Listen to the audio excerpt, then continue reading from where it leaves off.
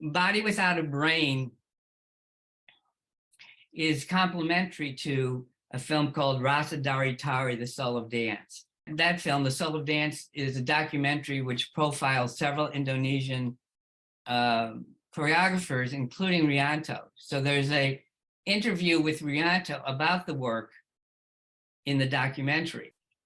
It was Rianto who explained to me the connection between this mindless work, that it's not overthought, that it's really a physical expression. Body Without a Brain is his title. Kind of a literal translation, I think, from the Indonesian. But I think he's using brain in a very physical sense, that it's not something premeditated, that is a direct bodily response. Anyhow, he made that connection between the scope of his dance and, the threats he saw to the larger environment. Although, that looked like a pristine environment, I think what he's suggesting is that it's all subject to stress and at risk of disintegration. At least that's my interpretation of what he's shared with me. There are two distinct versions of that piece, Body Without a Brain. So the standalone piece is edited by Carry-On Shimsham, and the version that's in the documentary is edited by me. And they're very similar, but the endings are different.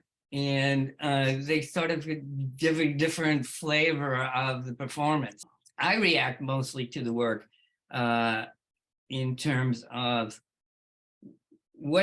how can this movement progress?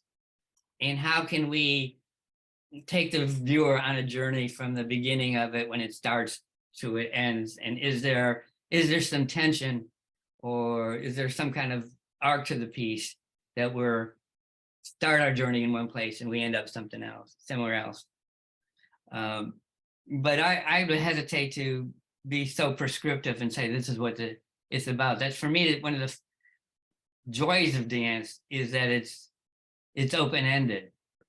And then once the work exists in the public space, then everybody brings their own experience to it.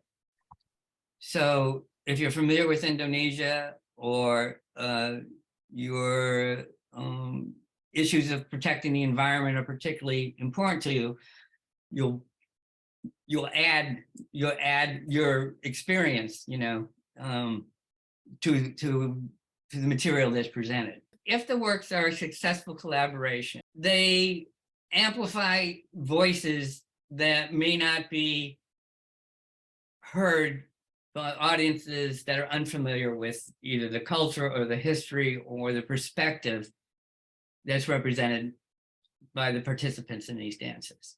So, but there is a lot of material these days, there's just more than we can consume. So, it's you drop a pebble in a pond, you don't know where the ripples go.